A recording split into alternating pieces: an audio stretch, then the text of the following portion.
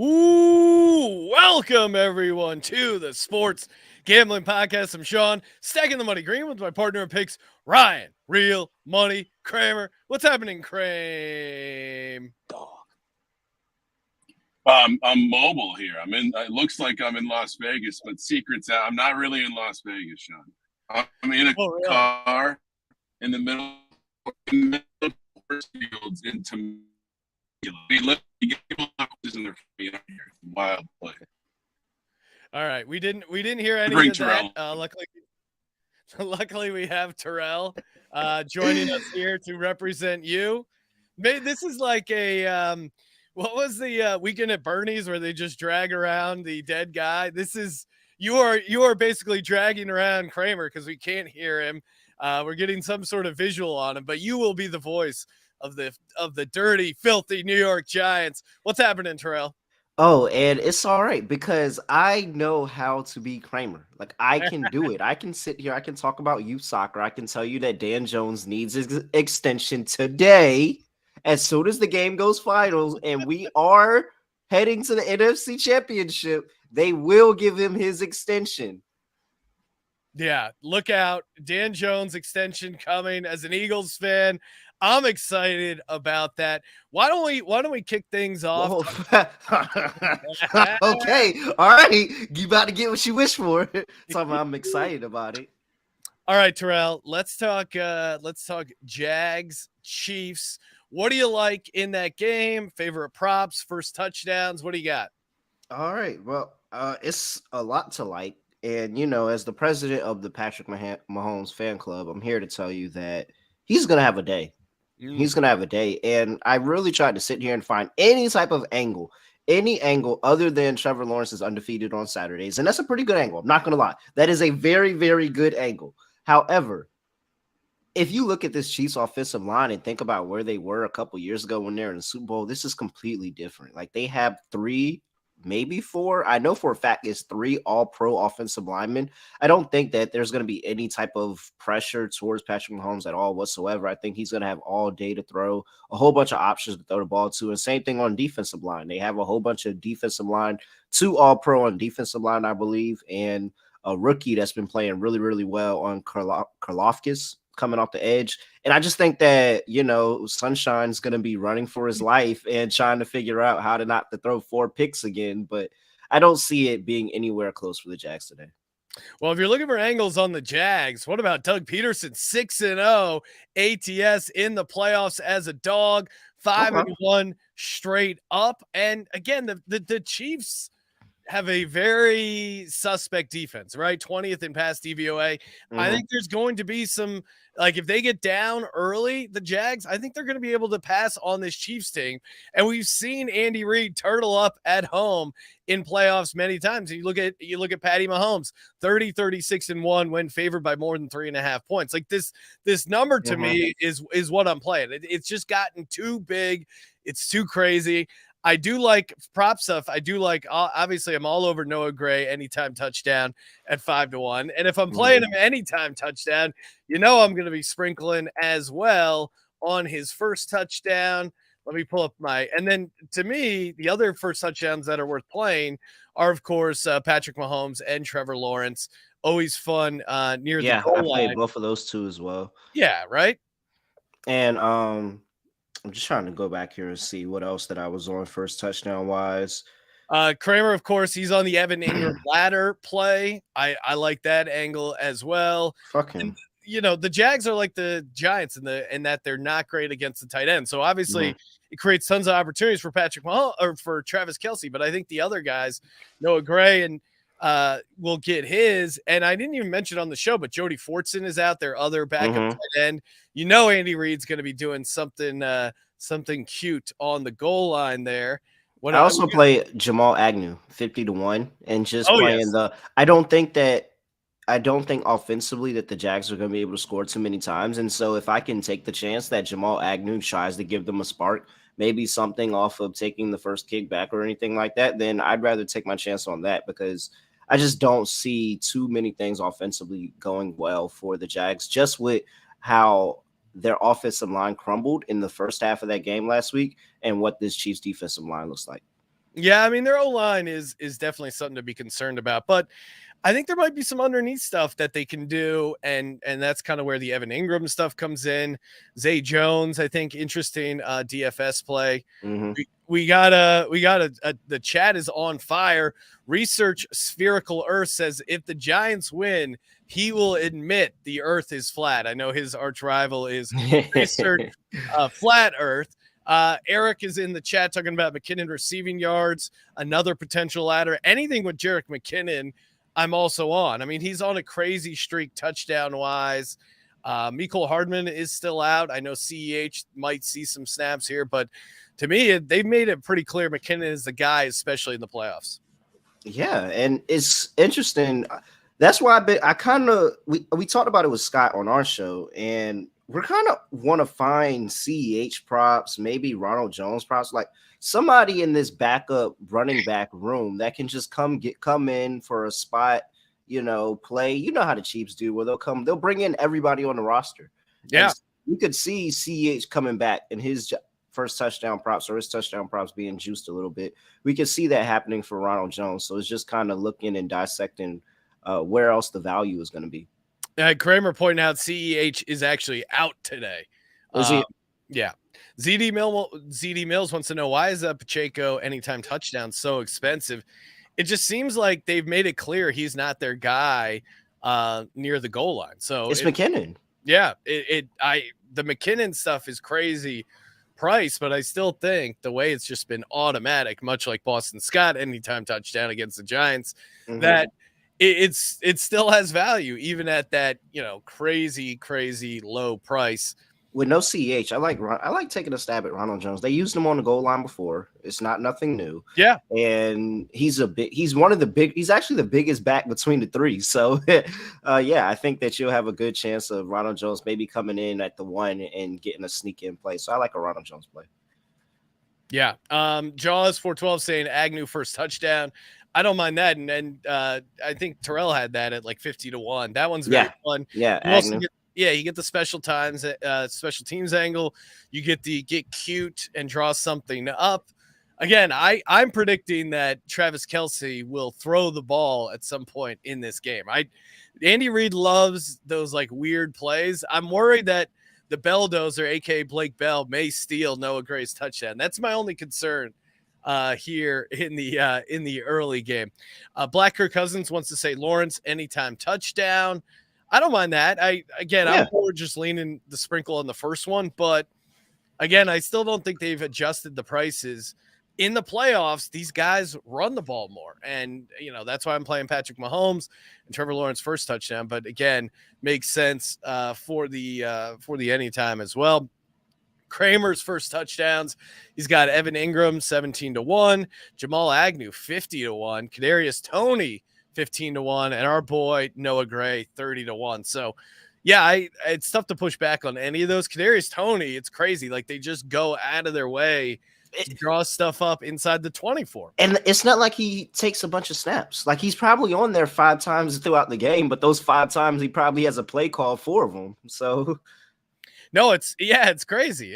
It's one of those things where it's like, all right, you look at his snap share and you're like, why? I'm not going to play this guy in DFS, but every time he gets a snap, like he gets a touch. He gets a touch. They go out of their way. If you see Kadarius Toney go into the game, just guard him. Just guard him. He's getting the ball. Macon Payton wanting to move to the late game. Bellinger or Kadarius Toney. If you had to pick an anytime touchdown, what are you doing, Terrell? I think I'm playing Bellinger just because of the fact that that's probably where I like attacking the Eagles through the middle of the field, and I know that I'm getting snaps. Like, yes, we know that Kadarius Toney gets touches when he gets in the game, but I don't want to take the risk on that. I'm betting on somebody to score a touchdown that gets maybe 10 plays a game. So I'd rather take the guy that I always know is going to be on the field, that I know is attacking a weak spot in this Eagles defense, and a guy that Daniel Jones trusts. And I'm obviously on Kadarius Toney, unbiased opinion, but going back to Noah Gray, absolutely. Noah Gray has 1 touchdown this season. You know who was against?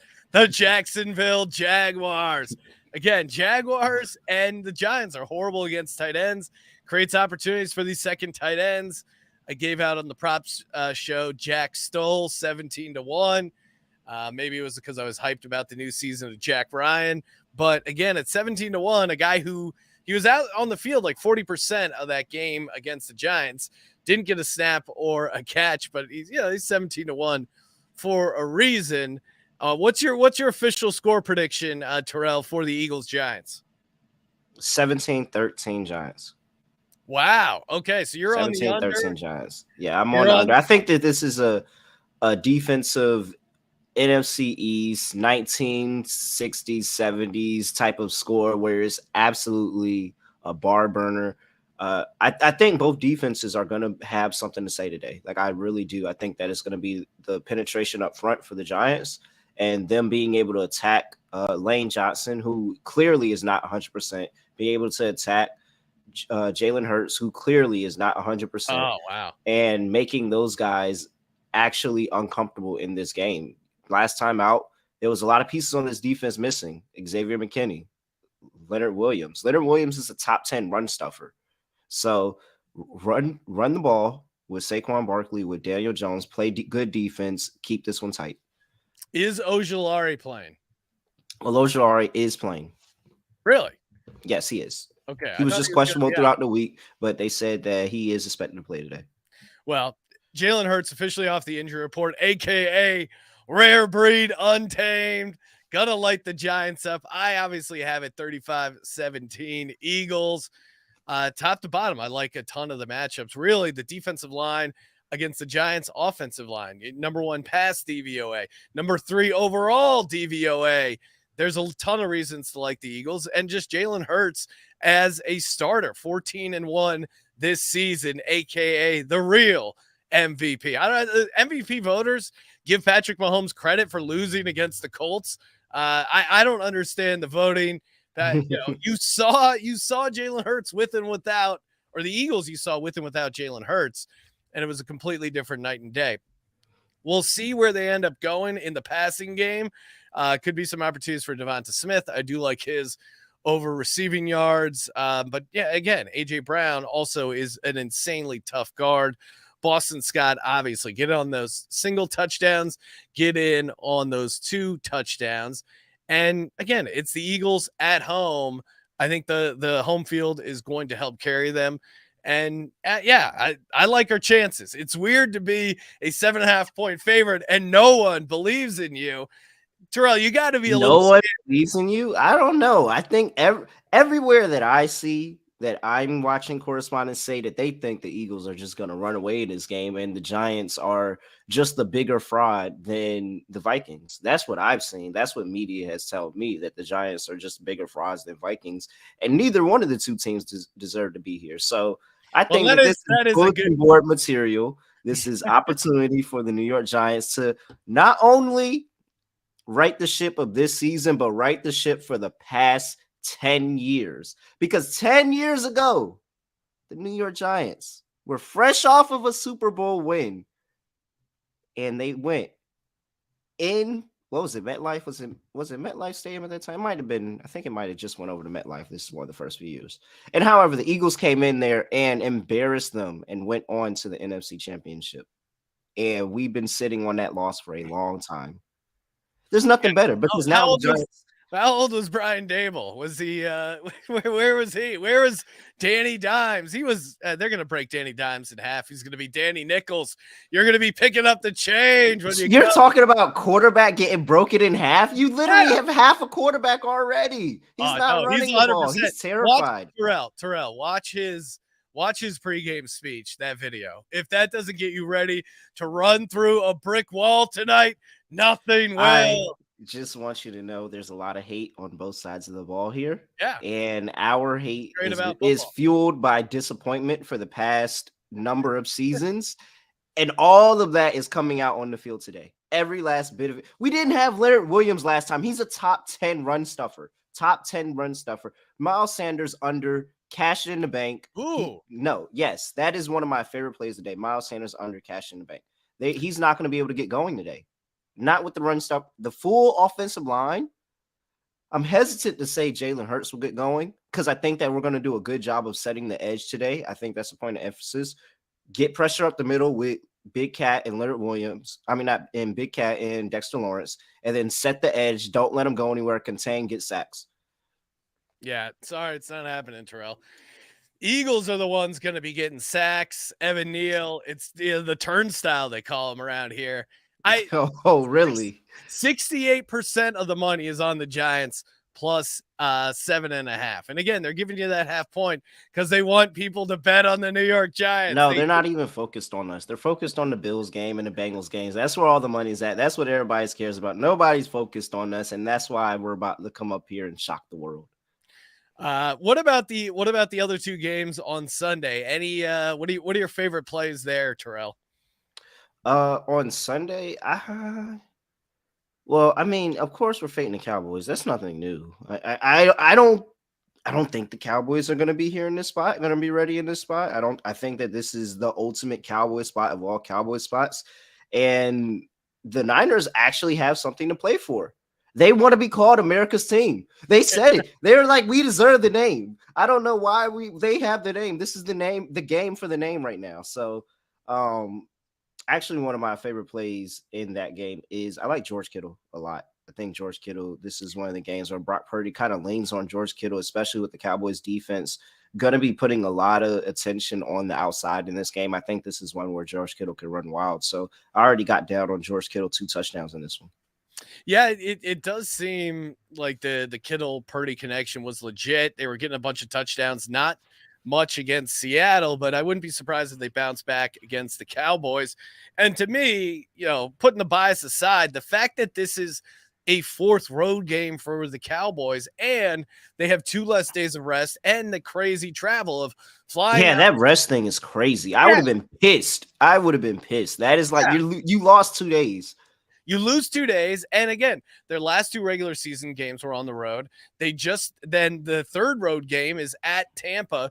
Then you fly back to Dallas. Then you fly all the way back out to San Francisco. Like that is a crazy, crazy travel schedule, especially when you factor in the rest disparity. So I think that's going to show up, especially late in the game when you're playing a physical team like the San Francisco 49ers. And I think you can get a couple deep things behind the Cowboys, and really, I think you can run on them. And I think Shanahan will be all over that. He's going to light it up. I think the worst thing for the Cowboys is they get out to an early lead. I think that's the worst thing for them, especially after seeing this game and what we're about to do to each other tonight. They're automatically going to be looking ahead. Like they're automatically going to be looking ahead. They're going to try not to. They're going to sit here and say, hey, we got a playoff game, divisional round 4. No, if your division rival makes it to the NFC championship game and you have a chance to go play that team, and no matter which one of it is, you beat one of those teams before this season, you're going to be thinking about that a lot. And Jerry Jones probably going to go put tickets in the locker room again for the players for the NFC championship game. How do you not realize that's just such an insane jinx? Almost like the jinx of the Giants locker attendant. I don't know if you saw this, Terrell, but there was a memo sent out for the players. Hey, don't trade your jerseys. Yeah. Don't give away your jerseys. We're going to be using these jerseys. It's just housekeeping. It's just housekeeping for our entire playoff run. It's just housekeeping. We had to make sure because if somebody gave away the jersey to the loser, then now they can't play next week. So we're just making sure that everybody's right. Isn't nobody jinx? There's no jinx here. We're locked in. Did you see that practice? That last practice? That is a team that looks like they're ready to go to war. Well, if you want to hear what it's like to go to war, listen to Jalen Hurts' pregame speech. Hungry dogs run faster. He's starving for this shit. Jalen Hurts 0-1 in the playoffs. I couldn't understand that. Yeah, we have a small sample size too, but it's on the other Daniel side. Jones undefeated in the playoffs. What could go wrong? All right, let's some fun props here in the chat. Easy likes Jamar Chase and Stephon Diggs, both 100+ receiving yards, plus 540. What's your take on the game script for the Bills Bengals? I don't know. I keep thinking in my head that game could be the one that's a little uglier than people may think. But what's your handle on it? I think I only know how 25% of the game is going to go. And I don't know exactly what's going to happen for the first 3 quarters, but the final quarter is going to be back and forth touchdowns until the game hits 0-0, and you're going to see who wins. Like that, is that not how these Bills games go in the playoffs? Is that not how Joe Burrow and their games go? Like they always get one more chance at the ball. If you told me that this was a similar script to that Bills Chiefs game last year, where you had 3 total touchdowns in the last minute of the game, or something like that, I wouldn't be shocked at all. Like I think that this is going to be a back and forth, and that's why a lot of people are on the Bengals. But I think I'm actually taking the Bills here in this spot. Yeah, I'm sticking with the Bengals. This to me is like a field goal 4-point game. To me, the Bills are a lot like the Chiefs. They just struggle to cover the big number. They have a big name quarterback that no one talks about their turnover issues. Yeah. I mean, Josh Allen almost cost them that game, but he digs himself into a hole with the turnovers. He bails himself out, but I don't know if you can do that against the Bengals team. And that Bills defense, I mean, they look, Skylar Thompson had a number of deep shots that if Jalen Waddle hangs on to those, that could have been a completely different game. So I think this ends up being closer. So I'm going to take the points there, but should be a good game. I mean, I could see this overtime game, and the Bills get to finally utilize the 2 possessions that they begged for last season. I could see this ending like that, where it's that kind of poetic justice that they finally get the other possession that they wanted.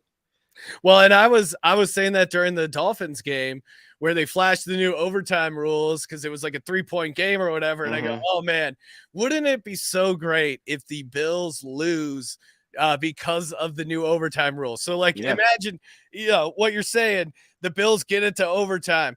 The Bills go down and they score a touchdown the first possession. Yeah. And then Cincinnati comes back, they score a touchdown, and then they go for 2. Joe Burrow, they carry him off the field. That would just be the most. That'd be brutal. That would just be the most Bills way to lose a game, in my mind.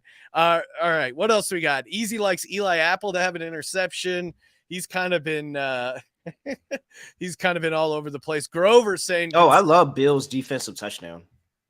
You like Bills' defensive touchdown? Yes, I love Bills' defensive touchdown. Yeah, I mean, if you think they get a bunch of sacks, which you would imagine they would, because Bengals kind of just allow those things. They're missing 3 offensive linemen, I'm pretty sure. It's 2 or 3, but they're missing offensive linemen. So I love the opportunity for a scoop and score. I love the opportunity for a pick overall. If we know Joe Burrow and Josh Allen, these are 2 guys that are going to throw an interception. Like, they're really good quarterbacks, but they're not shy of throwing interceptions. And how do you tell me that Bills defense doesn't do everything it possibly can to get into the end zone this week?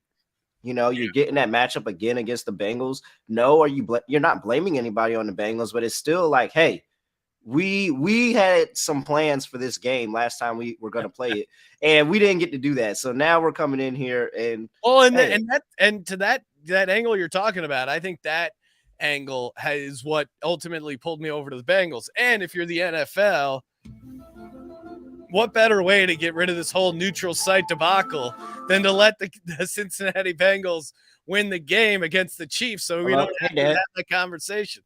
Hey, Dad, I'm on the podcast right now. Go ahead and say anything about the Giants you want to say right now. Give me a second. I'm about to put you on speaker. You hear me? Yeah. Yeah, say anything about the Giants right now. You on speaker. The Giants, the motherfucking New York Giants. We go up to the Super Bowl. Ain't nothing else to be said. I'm gonna tell you right now, y'all. Everybody talk shit about Daniel Jones all year. I did too.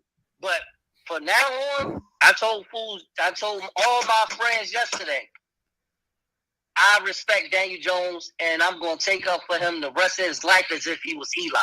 Daniel Jones is a good quarterback. The last 4 years, Daniel Jones been in horrible situations. He is the quarterback of the future for the New York Giants. He doing all this shit with no tight end, no running backs. Well, Saquon is there. He doing it with no wide receivers at all. No wide receivers. Listen to me. Yo, everybody, if you listening to me, believe me when I tell you, the Giants is going to win the Super Bowl this year. This is a replica of the 2007 season. I'm telling you, ain't nobody gave us a shot. What Plaque said that year, no prognosticators gave us a chance to win this game. All right, Dad. All right. Yeah, I'm gonna call you back as soon as we finish. Thank you, right. Thank you, Mr. Furman, for calling They in. said thanks. And worst of luck. Go right. Birds.